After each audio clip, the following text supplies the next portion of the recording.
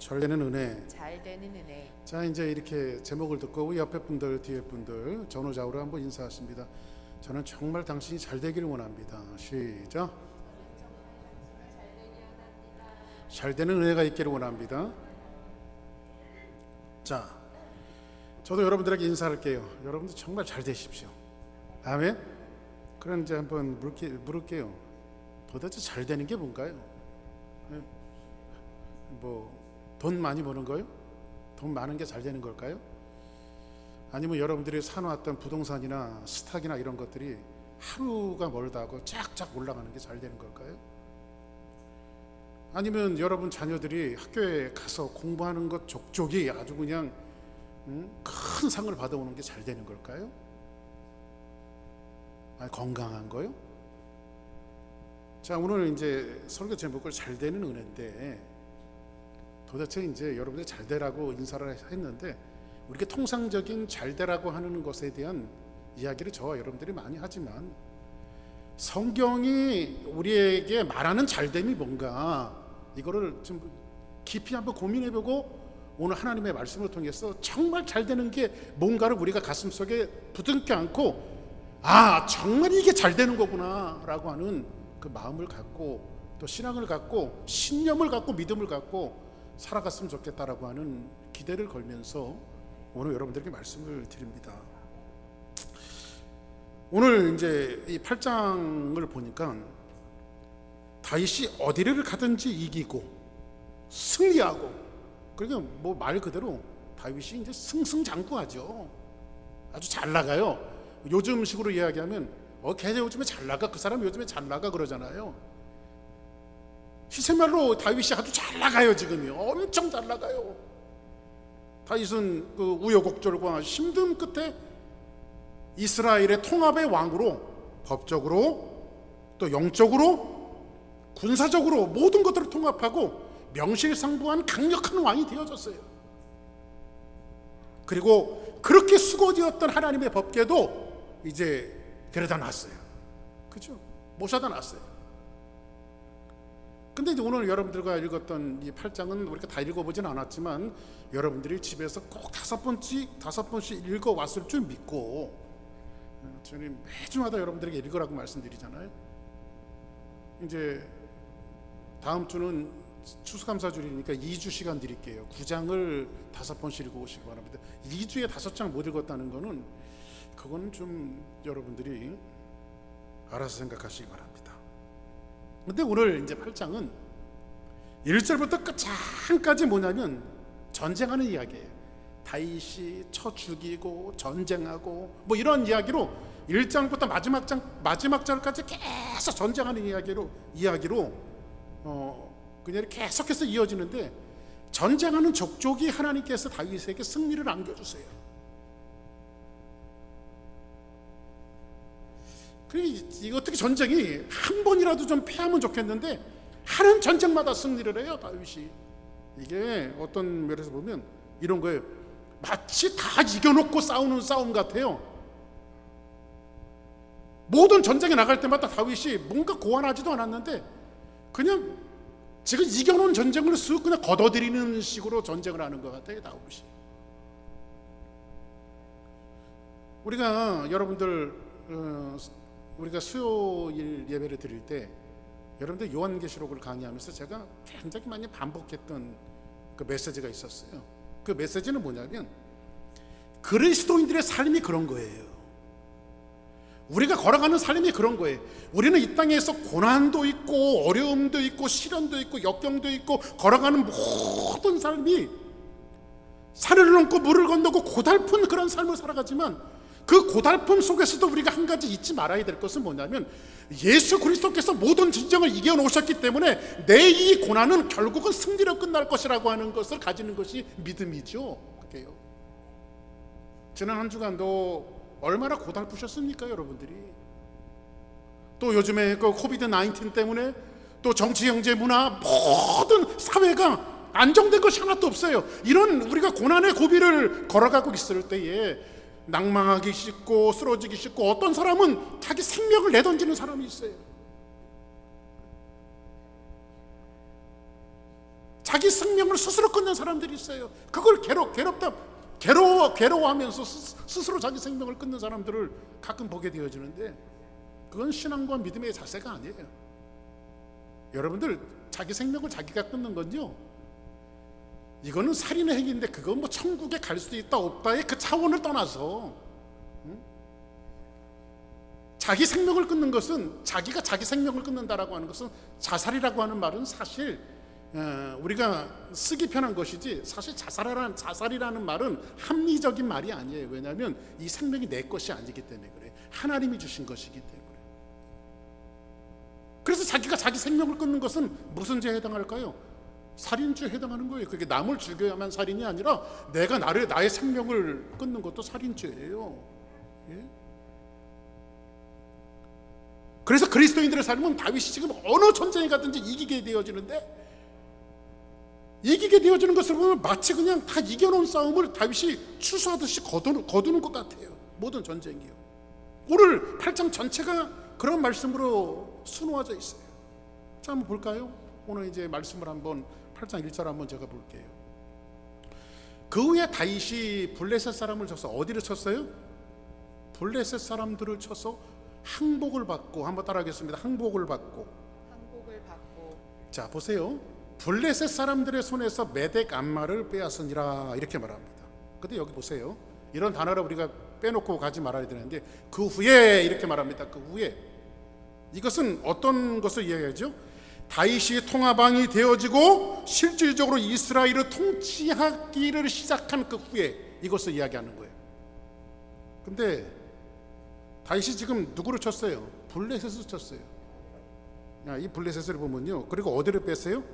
메덱 암마를 빼앗으니라, 이렇게 이야기합니다. 이스라엘에게 사무엘의 상을 시작하면서 여러분들, 이스라엘에게 지긋지긋한 숙제는 뭐였어요? 바로 블레셋이었어요. 그런데 실질적으로요, 지금 다윗이 블레셋을 쳐서 항복을 받는데, 블레셋은 이 8장에서 사실상 끝나고요, 8장 이후로는요, 블레셋이라고 하는 나라가 꼬리를 감춰버려요. 누가 정복하고? 다윗이 정복하고 났어요. 아멘. 다윗은 본격적으로 왕이 되자마자 제일 먼저 정복한 곳이 어디예요? 이스라엘에게 있어서 영원한 숙적이에요. 이 도대체 블레셋만 하면 잠을 자다가도 벌떡벌떡 일어날 정도로 뭔가 먹고 시원하게 내려가지 않는 이 가슴에 걸려있는 문제처럼, 블레셋은 이스라엘 민족에게 영원한 숙제였어요. 근데 다윗은 왕이 되자마자 제일 먼저 어디를 정복하냐면 블레셋을 정복해요. 사실 블레셋이라고 하는 땅은 원래 이스라엘 땅이어야 맞아요. 왜 그러냐면 우리가 여호수아서에 보니까 여호수아가 가나안 땅을 점령하지 않습니까? 가나안 땅을 점령할 때에 계속해서 점령하다가 지중해 끝에 있는 몇 부족들을 그냥 놔뒀어요. 왜냐하면 난공불락의 요새이기 때문에 그냥 정복하다가 그냥 스탑을 시켜버렸어요. 근데 거기에서 큰 민족이 자생해서 일어난 민족들이 바로 블레셋이에요. 블레셋. 그러니까 이스라엘 역사에 늘 태클을 걸고 발목을 잡는 나라가 어디였어요? 바로 블레셋이라고 하는 나라였잖아요. 그렇죠? 자, 보세요. 만일 여호수아 때에 하나님께서 가나안 땅을 다 점령하라고 했을 때 그곳까지 쳐서 이겨서 점령했다고 하면 아마 이스라엘에게 이런 고통이 없었을 거예요. 근데 여러분들, 뭔가 우리가 주의 일을 하고 영적인 일을 하다 보면요, 좀 귀찮아지는 것들이 있잖아요. 그 정도는 무시해버리고 싶은 거 있잖아요. 그리고 이 정도는 놔둬도 될 거라고 생각하는 거 있잖아요. 근데 거기가 항상 화근이 되어져요. 그게요. 여러분들, 불도 작은 불씨에서 일어나잖아요. 그렇죠? 그 작은 불씨가 그냥 놔두는 것 같아도요, 놔두는 것 같아도 그것이 아무런 존재 가치가 없는 것 같아도 나중에는 꼭 우리의 발목을 잡는 요소가 될 수 있다라고 하는 사실을 우리는 알아야 돼요. 그래서 여러분들, 주님이 뭐라고 말씀하시죠? 작은 일에 충성된 자가 큰 일에도 충성이 되어지고, 작은 일을 소홀히 여기고 게으른 자들, 그리고 작은 일에 대해서 충성치 않은 자가 큰 일에도 불의하다라고 성경은 이야기해주고 있어요. 그래서 우리가 여러분들 항상 우리의 인생의 여정을 살아가면서 여러분들이 귀찮게 여기는 일들, 뭐 어떤 신앙의 문제들, 가정의 문제도 마찬가지고요. 그런 것들을 좀 꼬박꼬박 챙기시는 그런 부지런한 성도들 되시기를 주의 이름으로 축복합니다. 할렐루야. 자, 보세요. 오늘 이제 전쟁 8장을 보니까 여러분들이 이제 귀를 모두고 한번 들어보세요. 유다나 이스라엘 민족들이 먼저 전쟁을 일으킨 적이 있었던가요? 지금까지요? 먼저, 그러니까 보통 이 전쟁은 어떤 전쟁이냐면요, 수세적 전쟁이에요. 적들이 쳐들어오면 그것을 방어하기 위해서, 그러니까 우리가 뭐 우리나라로 생각하면 북한이 쳐들어와서 우리는 방어를 한 거잖아요. 우리가 쳐들어간 게 아니라 요즘에는 뭐 또 남한이 북한을 뭐 먼저 공격했다 뭐 그런 얘기가 있는데, 뭐 그런 얘기는 잘 모르겠어요. 하여튼간 저는 아닌 것 같은데. 응? 근데 블레셋이나 다른 민족들이 먼저 쳐들어오면 이스라엘 민족이 막아내는 그 수세적인 전쟁이었어요. 그런데 오늘 이 말씀을 보니까요, 다윗이 왕이 되어지고 통합왕이 되어지고 그 후에 다윗이 전쟁을 먼저 일으켜요. 그러니까 먼저 공격적인 전쟁을 하죠. 블레셋이 쳐들어온 것이 아니라 다윗이 블레셋을 쳐들어가 버렸어요. 이제는 수세적 전쟁이 아니라 다윗이 공격적인 전쟁을 계속해서 일으키기 시작합니다. 자, 그러면 우리는 성경을 볼 때 한 스토리 속에서 그 스토리만 갖고 이해하는 것이 아니라 왜 이스라엘 민족이 지금까지는 수세적 전쟁, 적들이 쳐들어왔을 때 방어하는 전쟁만 치르다가 다윗이라고 하는 왕이 우여곡절 끝에 통합왕이 되어지고 이스라엘의 통일의 왕국을 이루면서 이제 수세적 전쟁에서 공격적인 전쟁을 왜 이루어가는가에 대한 것들을 우리가 퀘스천 마크로 달아보면서 여기에 영적인 의미를 우리가 한번 좀 생각해 볼 필요가 있는 거예요. 성경 그 이면 속에서 이 스토리를 가지고 하나님께서 말씀하고자 하는 메시지가 분명히 있어요. 그게요. 그 메시지가 이 영적인 부분이 있는데 이런 거예요, 여러분들. 제가 고린도전서 한번 보겠습니다. 고린도전서 15장 25절 같이 한번 읽어볼까요? 시작. 그가 모든 원수를 그 발 아래 둘 때까지 반드시 왕 노릇하시리로다. 할렐루야. 이 말씀은 사도 바울이 이야기한 건데요, 이 말씀은 예수 그리스도께서 부활하셨어요. 그죠? 예수 그리스도께서 부활하시면서 바울이 지금 뭘 얘기하냐면 예수님이 사망 권세를 이기시고 죽음의 권세를 이기시고 부활하셔서 뭐가 되셨어요? 만왕의 왕이 되셨어요. 그죠? 왜냐하면 사망이 사람에게 왕노릇했고 죽음이 사람에게 왕노릇했는데, 바울이 이제 예수님이 부활하셨다 그 사망을 예수님께서 죽이시고 죽음의 권세를 정복하시고 예수님께서 이제 왕이 되셔서 왕노릇 하신다라고 성경은 말하고 있어요. 이것은 어떤 영적인 그림을 보여주고 있냐면요, 예수님께서 이제는 어떻게 하시는 거예요? 죽음의 권세를 이기시고 사망의 권세를 이기시고 이제 왕이 되셔서 지금 어떻게 하시는, 선제적인 공격을 하고 계시는 거예요. 선제적으로 뭐를? 죽음에 대해서, 사망에 대해서, 죄악에 대해서. 할렐루야. 우리가 그것 때문에, 죄의 문제 때문에 괴로워하잖아요. 죽음의 문제 때문에 괴로워하잖아요. 그죠? 사망의 문제 때문에 괴로워하잖아요. 그러나 여러분들이 예수 그리스도를 마음에 모시고 영적인 왕으로 모시는 순간에 예수님께서 지금 뭘 하시는 거예요? 여러분의 만왕의 왕이 되셔서 그것을 선제적으로 공격해 나가신다 이 말이에요. 이게. 그러니까는 다윗의 그림 속에는 지금 누구의 나라가 지금 감춰져 있어요? 그리스도의 나라가 감춰져 있지요. 메시아의 나라가 감춰져 있지요. 그렇죠? 지금 다윗이 전쟁을 일으키는 것은 뭐냐면 그동안 지긋지긋하게 이스라엘을 압제해왔고 죄를 짓게 만들고 고난을 겪게 만들고 시련을 겪게 만드는 그 수많은 역사를 뒤로 한 채 하나님의 역사가 다윗에게까지 와서 고난과 어려움을 이겨내고 통합의 왕이 되었을 때에 다윗이 지금 먼저 공격하는 것은 뭐냐면 이것은 윤리적인 잣대, 사람 몇 사람을 죽이고 도륙하고 이런 의미로 우리가 해석할 것이 아니라 이 선제적인 공격을 통해서 하나님께서 하시고자 하는 메시지는 뭐냐면 지긋지긋하게 그리스도인을 짓밟았던 사망의 권세, 죽음의 권세, 죄악의 권세를 다윗이 감춰진 메시아의 나라가 그것을 이기고 나가신다라고 하는 이 영적인 의미로 우리가 이 메시지를 봐야 돼요. 이해되시죠? 무슨 말씀인지요? 아멘? 수준이 있어갖고 여러분들은 잘 이해하실 거예요. 할렐루야. 자, 그러면 이것을 로마서 6장 12절에 보니까 그러므로 너희는 죄가 너희 죽을 몸을 지배하지 못하게 하여 법의 사역에 뭐하지 말고 순종하지 말고. 지금 다윗이 자기 자리를 잡고 있어요. 다시 한번 말씀드리면 자기 자리를 잡으면서 전쟁의 양생이 아까도 말씀드렸던 수재적인 전쟁에서 지금은 선제적이고 공격적인 전쟁으로 지금 앞서 나가고 있어요. 다윗이요. 좀 전에도 이야기한 것이 이것이 윤리와 도덕적인 잣대로 몇 명 죽였다, 이것으로 우리가 이해할 것이 아니라 여기에는 하나님께서 죄악의 세력과 싸우고 지긋지긋하게 이스라엘 민족은 눌러왔던 그 모든 것들을 누가 싸우신다는 거예요?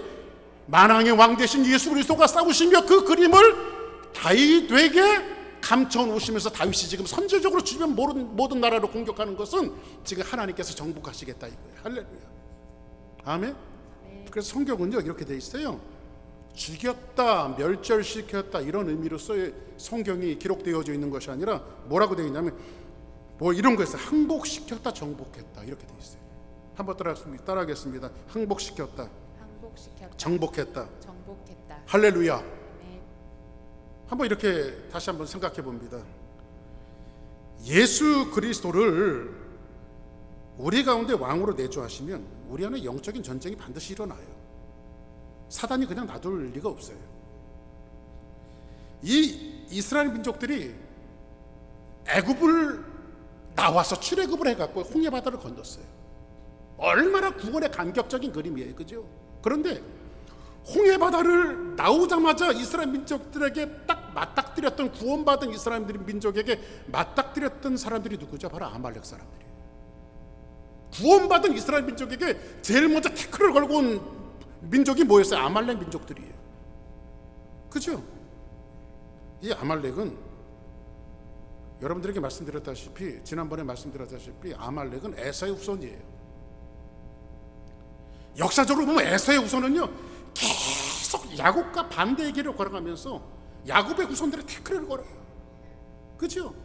성경은 그런 역사로 점철되어져 있어요. 그래서 창세기서부터 요한계시록까지 그리스도의 나라라고 하는 관점에서 우리가 좀 이해하면 이런 스토리들이 아주 실타래 풀려듯이 잘 이해되어지는 역사가 벌어져요. 아멘입니까?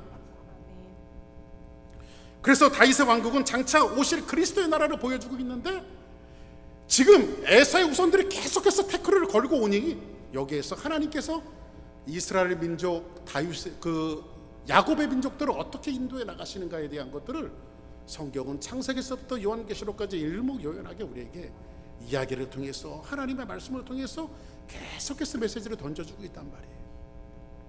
자, 그래서 우리 다시 한번 이제 8장 1절에 보니 뭐라고 말하죠? 그 후에 다윗이 블레셋 사람들을 쳐서 죽였어요, 항복시켰어요? 항복시켰죠. 죽였다고 얘기하잖아요. 항복시키고 블레셋 사람들의 손에서 뭐를 뺏었더라? 메대간마를 뺏었더라. 자, 보세요. 이제 블레셋 사람들에게 빼앗은 것은 뭐라고 돼 있어요? 메덱암마라고 돼 있죠. 메덱암마. 그러니까 여러분들은 집에서 성경을 열심히 읽어오시면 이 강단이라는 자리가 그걸 또 풀이해주고 영적으로 그걸 다시 한번 조명해주는 자리잖아요. 그러니까 여러분들이 안 읽어왔으면은 그냥 또 잘 들어보세요. 그러면 괜찮아요. 그래서 메덱암마 하면 여러분들의 성경 읽어보신 분들은 알겠지만 풋노트 1번이라고 돼 있어요. 여러분 성경책에 반드시 나옵니다. 1번. 근데 1번 그 밑에 보면 이렇게 돼 있어요. 모성의 굴레 이렇게 돼 있어요. 무슨 드라마 제목 같아요. 모성의 굴레. 그죠? 1번 메덱암마는 모성의 굴레라고 돼 있는데 이 모성이라고 하는 것은 모자는 어미 모자가 맞아요. 어미 모자. 근데 성자는 그 여성성을 이야기하는 것이 아니라 모성 할 때 이렇게 보니까 이룰성자에다가 흑토자가 앞에 이렇게 있는 거예요. 흑토자. 그러니까 여러분들 이렇게 생각하면 돼요. 할 때에 그 성자를 써요. 그렇죠? 그러니까는 이 성자는 지역을 얘기하는 거예요. 지역을. 근데 한문 프리식으로 그대로 이야기하면 어머니가 있는 지역이란 말이에요. 그렇죠? 어머니가 있는 지역. 자, 그럼 보세요. 그럼 굴레라고 하는 것은 이런 거예요. 굴레는 말들이나 소를 끌을 때, 옛날에 저는 이제 시골에서 자라갖고 그 동네 어르신들이 이제 학교 이제 막 시골 이렇게 걸어 다니니까요, 어른들이 이제 그 농사 짓고 이제 그 말에다가 마차에다가 끌어갖고 뭐 잔뜩 싣고 이렇게 가면요, 우리가 이제 학교 갔다 오면서 살짝 살캉살캉 가갖고 그 마차 뒤에다 이렇게 딱 얹어서 타요. 그러면 어떻게 기가 막히게 안 하지, 말을 끄는 그 어르신들이 이놈 자식도 안 내리냐고, 말이 힘들다고, 이제 소 힘들다고, 말이 아니라, 응? 응? 소 구르마를 하면 소 힘들다고 내리라고 막 그래요. 그러니까 소가 한 사람이 더 타면 그렇게 허덕거리는 것 같아 보니까. 근데 여러분들, 그 소를 컨트롤하기 위해서 여러분들 이렇게 이 목에다가 씌우는 게 있는데, 목에다가 이렇게 나무 토막처럼 이렇게 씌우는 게 이게 굴레예요. 근데 여기를 연결시켜 갖고 코를 뚫거든요. 그러면 이거를 컨트롤하면 말을 안 들을 때, 소가 말을 안 들을 때 이거를 툭툭 한다고요. 그러니까 소 입장에서는 이게 괴롭겠어요, 안 괴롭겠어요? 소 입장에서는 괴롭지요, 그게요. 소도 자기 마음대로 하고 싶은데 여기다 코를 뚫어놓고 이거를 컨트롤하니까 사람에게 순종을 하는 거 아니에요? 자, 그러면 오늘 이 말씀을 통해서 다윗이 지금 모성의 굴레라고 하는 메대감마를 빼앗았는데, 이 메대감마는 이런 거예요, 여러분들. 블레셋을 쳤는데, 블레셋은 가드라고 하는 도시를 중심으로 그 주변에는 가사, 아스돗, 에그론, 뭐 이렇게 그 아스글론, 또 뭐 이런 그 5개의 큰 성 외에 그 등이 이 굴레처럼 연결되어져 있어요. 굴레처럼.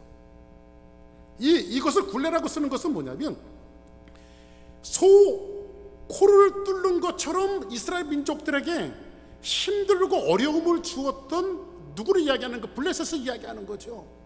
예? 지금 이 이스라엘 자체가 컨트롤을 당하고 있었어요. 누구에게? 블레셋에게. 겁기를 빼앗기도 하고, 그 다음에 골리앗에게 모욕을 당하기도 하고, 또 쳐들어오기도 하고, 결국은 일대 왕이었던 사울이 블레셋 사람들에 의해서 처참하게 죽고 말잖아요, 그렇죠? 이 블레셋은 이스라엘 역사에 있어서 아주 숙적과도 같은 인생들이에요. 그런데 다윗이 그 성 중에 어머니 성이라고 하는 이것이 뭐예요? 메덱암마.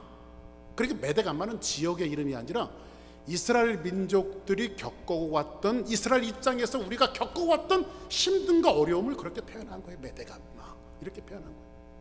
이 지역의 이름을 이야기하는 것이 아니에요.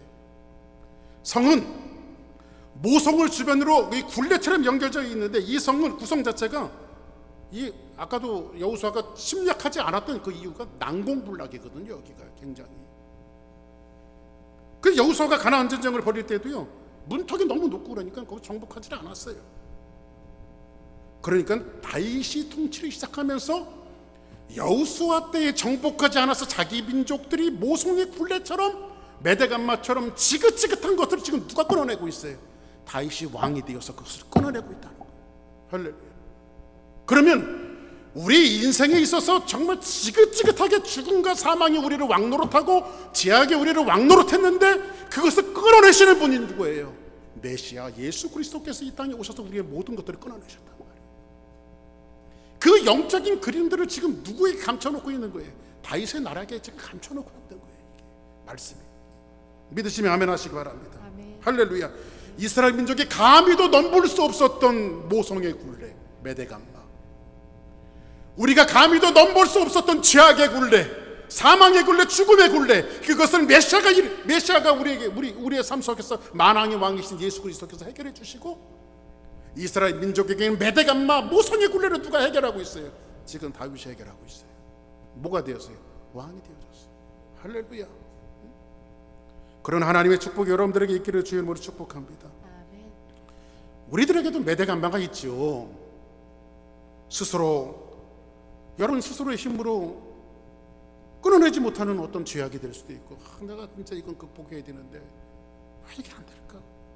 끊어내지 못하는 이 죄악의 굴레도 있을 수 있겠고, 버리지 못하는 여러분들 그 학습들, 습관들, 그리고 여러분의 심령 속에서 웅크리고 있는 어떤 그 둥지를 틀고 있는 그 모든 것들 우리가 그것에 끌려다니고 싶지 않지만 때로는 그것에 끌려다닐 요소들이 저와 여러분들의 삶 가운데 충분히 있을 수 있어요. 오늘날 개개인에게 메대감마 같은 존재들은 있습니다. 근데 다윗이 지금 그것을 제일 먼저 뭐하고 있어요? 정복하고 있어요. 할렐루야. 그 문제를 정복하고 있어요. 근데 이게 어디냐면 바로 방향을 이야기하면 서쪽이에요. 서쪽. 이해되시기 바랍니다. 서쪽 머릿속에 딱 집어넣어 버리세요. 서쪽. 자, 그리고 이제 8장 2절 한번 봅니다. 자, 보세요. 다윗이 또 어디를 쳤어요? 이번에는 이제 모압을 쳐서.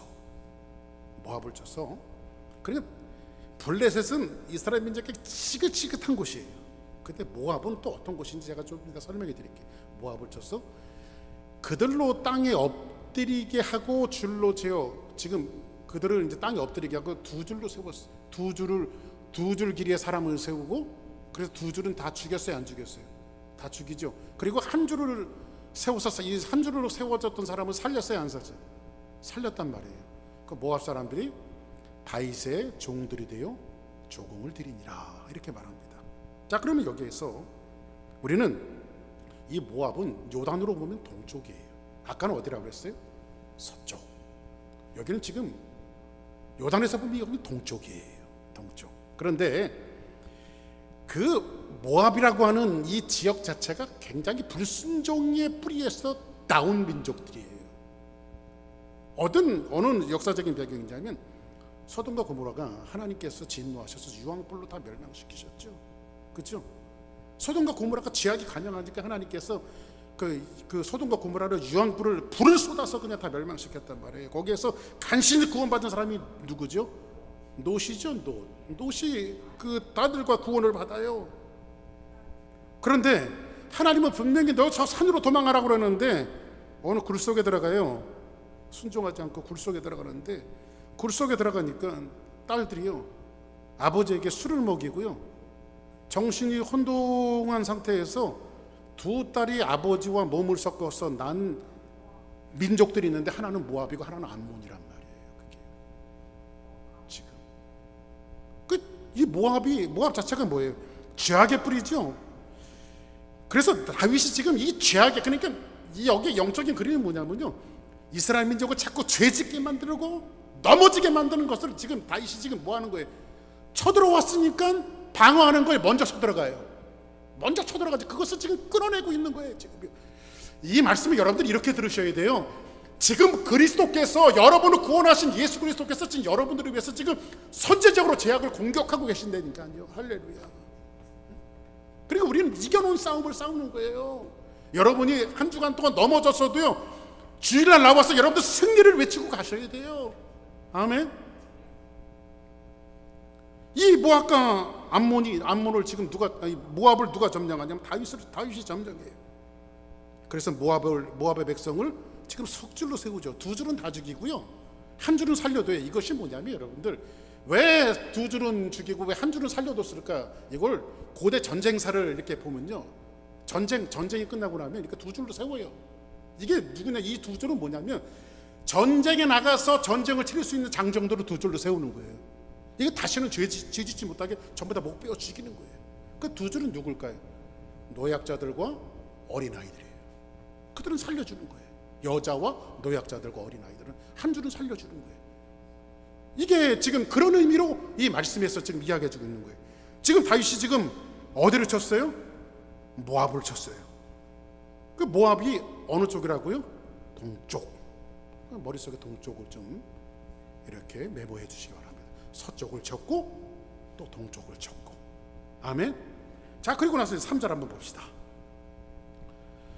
노베 아들 소바 왕 하닷 에셀이 자기 권세를 회복하려고, 이 소바 왕이라고 하는 것은 아람의 소국을 이야기해요. 아람의 소국을 이야기하는데, 하닷 에셀이 자기 권세를 회복하려고 유브라데 강을 갈 때에 다윗이 그를 뭐예요? 쳐서, 그렇죠? 쳐서 4절에 보니 그에게 마병 1700명과 보병 2만 명을 사로잡고 병거 100대의 말만 남기고 다윗이 그 외의 병거의 말은 다 발에 뭐를 끊었더라? 심줄을 끊었더라 이렇게 말합니다. 자, 그러면 여기 하닷 에셀과 전쟁을 치르는데 이곳은 이제 그들을 다 그 전쟁에서 그 승리하게 만들고 다윗이 지금 뭘 빼앗고 있죠? 말들을 다 빼앗고 있죠. 그 여기는 방향으로 이야기하면 남쪽이에요. 남쪽. 서쪽도 정복하고 동쪽도 정복하고 그 다음에 지금 어디를 정복하고 있어요? 남쪽을 정복하고 있어요. 남쪽을. 근데 여기에서 보니까 엄청난 숫자의 말을 포획하는데 지금 말들을 들여다가 지금 뭘 끊고 있어요? 발에 심줄을 끊고 있어요. 이게 뭐냐면 말이 달리지 못하도록 기동성이 없도록 아킬레스건을 끊어버리는 거예요. 그래서 얼마 전에 여러분들이 한 몇 주 전인가요? 한 수달 전인가 여러분들 그걸 설명해 드렸는데 하나님께서 이스라엘 민족들이 가나안 땅에 들어가기 전에 신명기에 보면 그들이 왕을 두기를 원치 않았는데 그들의 타락한 본성들이 왕을 요구할지를 이미 신명기에 보면 하나님이 너희들이 왕을 달라고 분명히 할 거다. 그 하나님이 이스라엘 민족들이 왕을 세울 줄 알았어요? 몰랐어요? 아셨죠? 근데 너희들이 굳이 왕을 세워야 하겠거든 하면서 하나님께서 몇 가지 지켜야 될 규례를 주세요. 신명기 17장에 보면요. 근데 세 가지를 하나님께서 요구하시는데 첫 번째는 뭐였죠? 아내를 많이 두지 말아요. 왜냐하면 여자들을 많이 두면요 같은 민족에서만 들어오는 것이 아니라 타국에서 전부 다 아내를 삼으면요 아내들이 들어올 때 뭘 갖고 들어와요? 우상을 갖고 들어오는 거예요. 하나님 그걸 아시는 거예요. 그래서 솔로몬이 마지막 망한 것이 뭐 때문에 망해요? 그 아내들이 가지고 온 우상 때문에 망하는 것이고 그것이 꽃피었던 때가 어디예요? 아방 때잖아요. 이세벨 때요. 그렇죠? 그래서 하나님께서는 너희들이 아내를 많이 두지 말아라. 왕들이. 두 번째는 뭐냐면 너희들은 은금을 많이 두지 말면 세상의 경제적인 것과 부귀가 너희들을 책임져 주는 것이 아니라 부동산이 여러분이 갖고 있는 세이빙 어카운트들이 여러분들을 책임져 주는 것이 아니라 나만 의지해라 이거죠. 나만 의지해라. 그리고 세 번째 요구하시는 것이 그거예요. 마병을 많이 두지 말며. 그래서 전쟁에 나가서 포획한 이 말들은요 아킬레스건 심줄을 끊어버리게 돼 있어요. 왜냐하면 마병들은 기동성이잖아요. 말들이 많으면 전쟁에서 승리할 수 있는 확률이 많죠. 말들을 타고 나가서 전쟁을 하니까요. 그런데 너희들이 마병을 의지하지 않게 하나님께서는 아킬레스건을 끊어버리라는 거예요. 왜? 전쟁에 능하신 하나님만 의지하게. 할렐루야. 너희들이 인생에서 승리하고 실패하는 것은 너희들의 손에 달려있는 것이 아니라 인생의 승리는 바로 전쟁에 능한 나 여호와의 손에 있다라고 하는 것을 하나님께서 알려주시는 거예요. 그래서 지금 어디를 지금 빼앗고 있어요? 소바왕 하닷 에셀에. 그래서 자기 군사를 회복하려고 갔을 때 그를 지금 다윗이 정복하고 있어요. 이건 어느 쪽이라고요? 남쪽이라고 말씀드렸어요. 그죠? 남쪽. 자, 그 다음 또 한번 봅시다. 이제 5절 6절. 다메섹의 아람 사람들이 소바왕 하닷 에셀을 도우러 온지라. 이제 여기 이제 당했으니까 도우러 온지라. 다윗이 아람 사람 22,000명을 죽이고 이 도우러 왔다가 이제 된통 지금 다윗에게 당하죠. 어디라고 까봅니까? 지금 이런 사람한테는 덤비는 게 아니에요, 여러분들. 혹시라도 하나님이 책임지기로 작정한 사람이라고 딱 여러분 영적으로 그렇게 생각하거든. 그런 사람한테는 이제 말 한마디라도 잘못하면 안 돼. 할렐루야. 지금 다윗은 하나님이 도와주기로 작정을 하고 지금 있잖아요. 잘 되는 은혜가 있는 사람 아니에요, 그렇죠? 이런 사람에겐 덤벼라 안 덤벼라? 덤비면 신상이 안 좋아요. 근데 여러분들이 거꾸로 여러분들이 잘 되는 은혜를 받으면 돼요. 할렐루야. 여러분들이 잘 되는 은혜를 받으면 딴 사람들이 나한테 덤비는 게 이게 참 어리석은 거죠. 그래서 다윗이 다메섹 사람의 수비대를 두매 아람 사람이 다윗에게 종이 되어 조공을 바치니라. 다윗이 한번 따라하겠습니다. 다윗이 어디로 가든지 여호와께서 이기게 하셨더라. 할렐루야. 그 여기는 어디냐면 방향으로 북쪽이에요. 북쪽. 자, 그러면 이 전쟁의 총 그림에서 우리에게 이야기해주고 하나님께서 주시고자 하는 메시지는 뭐냐면 하나님은 예루살렘을 중심으로 해서 이스라엘 민족을 중심으로 해서 동서남북의 모든 영역의 뿌리를, 악의 뿌리를 지금 뭐 하시는 거예요? 다윗이 선자공격해서 전부 다 뽑아내고 제거하시는 거예요. 지금이요. 전부 다 제거하세요. 근데 그걸 누구에게 맡기세요? 하나님이. 다윗이 한 거에 하나님이 맡기신 거예요. 하나님 맡기시죠. 다윗이 그 일을 하도록. 넌 동쪽을 쳐라, 서쪽을 쳐라, 남쪽을 쳐라, 북쪽을 쳐라. 그리고 그 전쟁을 누가 이기게 하셨어요? 여호와께서 이기게 하셨더라. 그 역할을 누구에게 맡기는 거예요? 다윗에게 맡기신 거예요. 그 일들을요. 다윗. 그러니까 우리가 뭐 잘되는 은혜 뭐 이렇게 이야기하니까 다윗에게 우리가 포커스를 맞출 수가 있는데, 다윗의 뒤에서 일하시는 하나님에게 우리가 포커스를 맞춰야 돼요. 할렐루야. 그래서 결론부터 말씀드리면, 진짜 인생의 성공은 사람에게 있는 것이 아니라 뒤에서 그 사람을 후원해 주시는 하나님의 은혜에 있다는 거예요. 할렐루야. 진짜 성공한 사람은 누구예요? 하나님 앞에 쓰임 받는 사람이 성공하는 사람이에요. 어떤 사람이 잘 되는 사람이에요? 하나님 앞에 쓰임 받는 사람이 잘 되는 사람이에요. 할렐루야. 그래서 여러분, 잘 되는 은혜가 뭐예요? 부동산 많은 거예요? 돈 많은 거예요? 건강 있는 거예요? 자녀들이 잘 되는 거예요? 아니, 옳시다. 하나님이 쓰시는 사람이 성공한 사람이면 잘 되는 은혜예요. 결론부터 말씀드립니다. 아멘. 자, 우리 한번 보세요. 다윗이 어디를 가든지 이기게 하셨더라. 그리고 나서 성경을 제가 한번 쭉 한번 7절부터 12절까지 한번 읽어드릴게요. 다윗이 하닷 에사라의 신복들이 가진 금 방패를 빼앗아 예루살렘으로 가져오고, 이제 계속해서 전쟁을 하죠. 빼앗아 지금 어디로 가져왔어요? 뭐를 가져왔어요? 금방패. 방패가 여러분들, 그거 방패 그냥 방패가 아니라 금방패야. 그 하나만 있어도 그죠? 자, 그리고 또 다윗 왕이 하닷 에살의 고을 베다와 베로 대해서 매우 많은 놋을 빼앗으니라. 놋을 빼앗죠, 그죠? 하마다 왕 도이가 다윗이 하닷 에살에 온 군대를 쳐서 무찔렀다는 걸 지금 들었어요, 안 들었어요? 들었어요. 이 사람은 좀 지혜로운 사람 같아요. 그래서 뭘 합니까? 도이가 그의 아들 요람을 보내어 다윗 왕에게 문안하고 축복하니. 그러니까 이제 알아서 기는 거죠. 그렇죠? 이는 하닷에셀이 도이와 더불어 전쟁에 있던 터에 다윗이 하닷에셀을 쳐서 무찌름이라 요람이 은그릇과 금그릇과 놋그릇을 가져온지라. 그러니까 갖다가 바치는 거예요. 금은 놋을 그냥 갖다가 바치는 거예요. 지금 누구에게요? 다윗에게 이제 조공을 드리는 거죠. 그리고 다윗 왕이 그것도 여호와께 드리고, 한번 따라합시다. 그것도 여호와께 드리고. 할렐루야. 전쟁에서 모든 것을 빼앗으면 다윗은 그걸 누구에게 드렸어요? 여호와께 드렸어요. 그가 정복한 모든 나라에서 얻은 은금을, 이게 이제 다윗이 힘을 써서 얻은 거에 하나 여호와께서 이기게 하셔서 얻는 거예요. 그 다윗은 신앙의 행위를 뭐냐면 모든 것을 하나님 앞에 지금 드리고 있어요. 그리고 12절에 보니 곧 아람과 모압과 암몬 자손과 블레셋 사람과 아말렉에서 얻은 것들과 소바왕 누옵의 아들 하닷에셀에서 노력한 것과 같이 드리니라. 지금 모든 것을 다 드리고 있어요. 자, 보세요. 다윗은 지금 정복한 나라에서 얻은 은금을 전부 누구에게 드렸다고요? 하나님 앞에 드리고 있어요.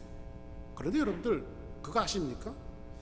이렇게 하나님 앞에 드렸던 은금, 이 모든 재료들이 나중에 어디에 사용되는지 아십니까?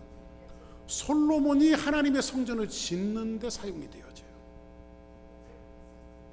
그러니까 다윗은요, 어떤 목적을 가지고 한 것도 아닌데, 다윗이 지금 은금을 빼앗아서 하나님 앞에 드리는 이 행위가 자기가 어떤 목적을 가지고 한 것보다도 자기도 모르는 사이에 지금 하나님의 성전을 지으는 모든 그 초석을 지금 누가 만들고 있는 거예요? 다윗이 지금 만들어내고 있는 거예요, 지금. 그리고 솔로몬은 아버지가 전쟁에서 노력한 이 모든 것을 가지고 힘들이지 않고 이 은금을 가지고 하나님의 성전을 만들어내요. 할렐루야. 여러분들, 이런 놀라운 하나님의 역사들이 여러분의 삶 가운데 있기를 주의 이름으로 축복합니다. 자, 이제 서서히 정리해갑니다. 이제 14절 한번 같이 한번 읽어봐요. 시작. 다윗이 에돔의 수비대를 두되 온 에돔의 수비대를 두니 에돔 사람이 다 다윗의 종이 되니라. 다윗이 어디로 가든지 여호와께서 이기게 하셨더라. 또 여기서 말하죠. 다윗이 어디로 가든지 여호와께서 이기게 하셨더라. 자, 그럼 오늘 말씀의 제목이 뭐였죠? 잘되는 은혜. 그죠? 그러면 다시 한번 물어볼게요. 잘되는 게 뭘까요? 잘되는 게, 다윗이 연속으로 승리하는 이면에는 흐르고 있는 깊은 뿌리 같은 메시지가 있어요. 그 메시지는 뭐냐면 바로 하나님의 언약을 기초로 한 하나님의 스케줄이에요. 이 하나님의 스케줄은 뭐냐면 우리의 눈앞에, 여러분이 지금 눈앞에 일어나는 일만 여러분들이 보아서는 안 됩니다. 그 이면 속에 일하시는 하나님의 어떤 모습을 볼 줄 아는 영적인 눈들이 열려져야 돼요. 이 모든 현상이 일찍 하나님께서 이스라엘 공동체에게 하셨던 지금 하나님의 언약을 이루어 가시는 과정이에요. 아멘. 하나님께서 이루어 가시는 그 과정 속에 누가 있었던 거예요? 다윗이 있었던 거예요. 그리고 다윗을 사용하신 거예요. 그러면 잘 되는 게 뭘까요, 여러분들? 잘 되는 게 하나님의 언약과 하나님의 뜻을 이루어 나가는 역사의 물줄기에 박규석이가 서 있고 하나님 앞에 쓰임 받는 그 사람이 잘 되는 사람이고 잘 되는 은혜를 입은 사람이란 말이에요. 아멘. 그런데 보세요. 이제 3월 하도요 조금씩 가다 보니까요 후반부에 가갖고는요 이상하게 전개가 되어져요. 그게 뭐냐면 나라가 이제 하나님께서 이기게 하셨는데 나라가 부강해지고 통일 왕국 이루고 좀 먹고 살만해지고 괜찮아져요 모든 게. 근데 그때 지금 다윗이 실수를 하죠. 돌이킬 수 없는 실수를 하는데 그걸 뭐죠? 밧세바를 취하고 그것을 은폐하고자 밧세바의 아내 남편이었던 우리아를 전쟁터에 보내서 간접적으로 뭐하죠? 살인죄를 짓죠. 이런 메시지를 통해서 하나님께서 우리에게 하시고자 하는 메시지는 그거예요. 하나님은 인간이 이처럼 불쌍한 존재임을 여지없이 드러내시는 거예요. 여지없이. 하나님이 다윗을 승승자게 한 것은 다윗이 잘나서도 다윗이 많이 배워서도 다윗이 힘이 있어서도 아니라 하나님은 한번 따라하겠습니다. 하나님은 성실하시고 신실하셔서 하나님의 역사를 묵묵히 이루어 나가신다. 그러니까 실수투성이고 앞으로 다윗이 실수할 것을 전지전능하신 하나님이 몰랐을까요? 아시죠? 그러함에도 불구하고 인생으로는 안 된다. 그러나 그 인생들의 잘못한 것 때문에 하나님의 역사가 한 번도 쉰 적은 없으며 하나님의 역사가 스톱된 적도 없고 하나님은 성실하시고 신실하시기 때문에 하나님의 스케줄, 하나님의 역사는 오늘도 내일도 뚜벅뚜벅 당신의 일들을 해나가신다라고 하는 사실을 말씀을 통해서 이야기해 주고 싶으신 거예요. 하나님은. 그래서 여러분들 이후에 모든 일들이 그렇게 진행되어져요. 우리는 그런 생각을 하죠. 이 정도면 됐어. 아니옵시다 여러분들. 성경은 뭐라고 말합니까? 교만은 패망의 선복이라고 이야기해주고 있어요. 그래서 여러분들 사람은요 사실 잘 나갈 때 조심해야 돼요. 모든 상황이 괜찮아질 때 조심해야 돼요. 오늘 8장에 다윗은 승승장구하는 것 같지만 그것은 하나님께서 그분의 약속을 성취해 가시는 과정입니다. 이것은 잘 되는 은혜는 하나님이 주시는 거죠. 사람이 아니에요.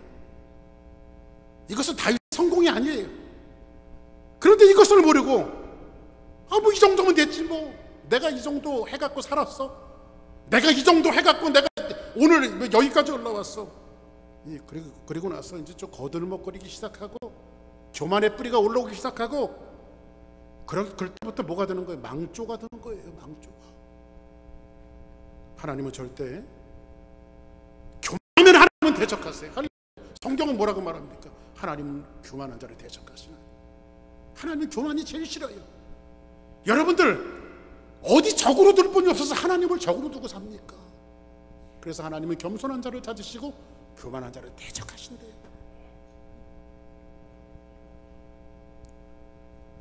오늘 말씀을 좀 정리하겠습니다. 저는 설교 준비하다가 그런 생각이 떠올랐어요. 하박국 선지자가 이야기했던 한번 따라하겠습니다. 오직 의인은 의인은 그 믿음으로 말미암아 살리라. 그 믿음으로 말미암아 살리라. 그리스도인들에게 제일로 허락되어지는 덕목이 바로 믿음인 것 같아요. 그래서 하박국 선지자는 오직 의인은 그 믿음으로 말미암아 살리라. 하박국 선지자가 오직 의인은 그 믿음으로 말미암아 살리라, 이 말씀이 입에서 터해질 때 그 시대의 상황은요, 횡행하고 오늘 제키 집사님 세상에 오류투성이고 이해되지 않는 일들이 많고 불합리하고 악인들이 득세하고 의인들은 오히려 고난을 받는 이 대혼란 시대 속에서 어느 두 주먹을 불끈 쥐고 지금 하박국 선지자가 일어나면서 뭐라고 외치냐면 오직 의인은 그 믿음으로 말미암아 살리라. 세상은 오류가 많고 이해되지 않는 일도 많고 고난과 역경, 오히려 악인들이 잘되고 의인들이 힘든 것 같지만은 그러나 의인들아 실망하지 말아라. 왜? 의인은 그 믿음으로 말미암아 살 것이다. 이걸 지금 이 환경 속에서 지금 이 하박국이 외치고 있어요. 왜? 조금 아까도 말씀드렸던 대로 하나님은 신실하신 분이고 성실하신 분이기 때문에 하나님의 약속은 모든 환경을 이기고 하나님은 뚜벅뚜벅 당신의 일을 성취해 나가신다라고 하는 그 일들과 하나님의 행동에 대해서 우리가 영적인 눈들을 열 줄 알아야 돼요. 우리는 그래서 그것으로 사는 겁니다. 그 믿음으로 사는 겁니다. 한 주간도 얼마나 이해되지 않는 것들이 많았어요. 납득이 안 가요. 요즘에 어떤 옛날에 어떤 개그맨이 납득이 안 가요. 납득이 이런 유행어가 나와서 정말 납득이 안 가는 일들이 얼마나 많은지 몰라요.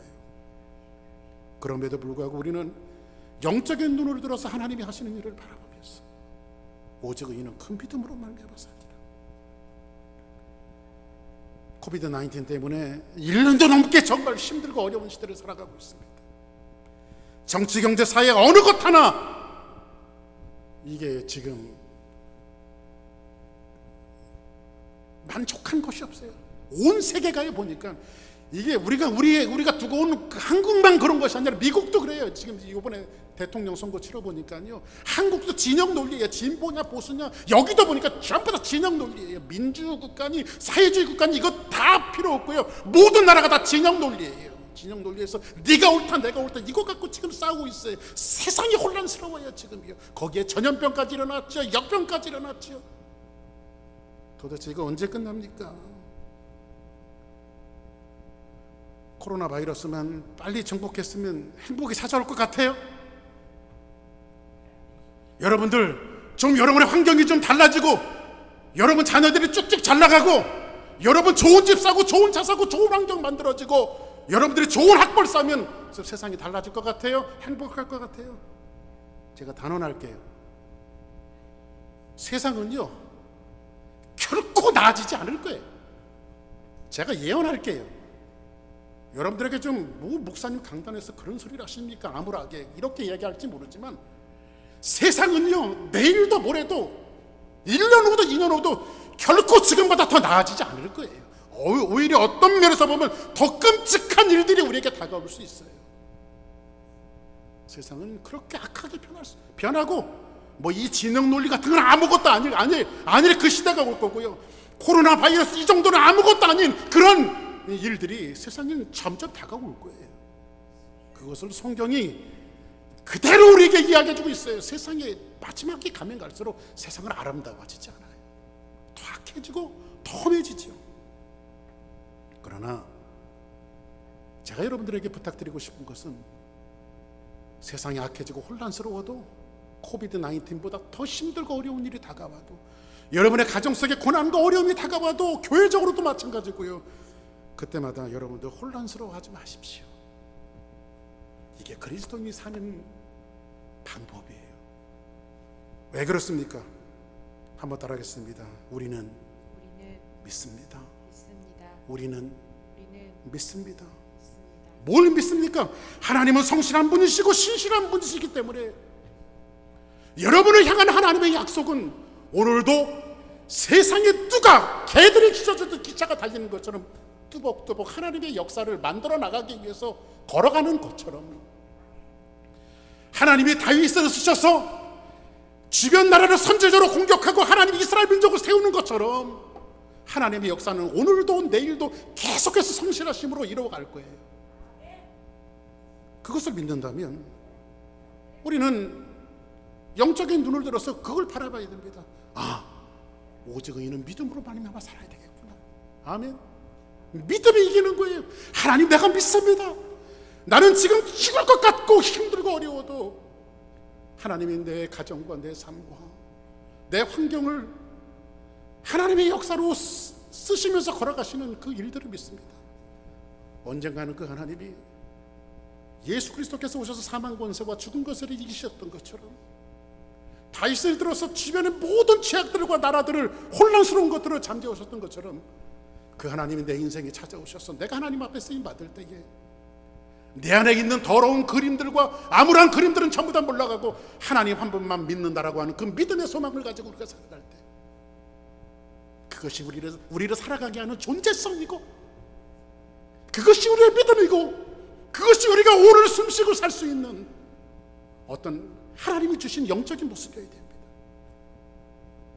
그래서 성경은 뭐라고 말합니까? 다윗이 어디로 가든지 여호와께서 이기게 하셨더라. 또 14절에 뭐라고 말합니까? 다윗이 어디로 가든지 여호와께서 이기게 하셨더라. 오늘 말씀을 정리하면서 어떤 폭풍우가 몰려오고 비바람이 몰아쳐도 여러분을 자꾸 무너뜨리려고 해도 우리를 어떨 때는 막 정신이 홀딱 나가게 만드는 일들도 많이 있죠. 그러나 여러분에게 주셨던 언약의 말씀, 하나님의 말씀을 붙들고 하나님은 신실하시고 성실하셔서 나의 삶을 들으실 것이라고 하는 믿음을 가지고 오늘도 전능하신 하나님, 신실하신 하나님을 붙들고 믿고 여러분들도 하나님의 모습처럼 역사를 운영하시는 하나님의 모습처럼 뚜벅뚜벅 하루를 걸어가는, 그리고 하나님 앞에 그 인생 자체가 쓰임받는 사람이 잘 되는 은혜를 입은 사람이며 그 사람이 바로 성공한 사람이라고 하는 사실을 깨닫고 내 안에 주님이 있기 때문에 주님이 있는 사람은 환경 여하와 상관없이 그 사람 자체가 성공한 사람인 것을 여러분들이 잘 아셨어. 오늘 이 메시지가, 오늘 이 말씀이 혼란스러운 시대를 살아가는 여러분들에게 응원이 되어지고 하나님의 축복이 되어지는 걸어간 역사가 넘쳐나기를 주의 이름으로 축복합니다. 다 같이 자리에서 일어나시겠습니다.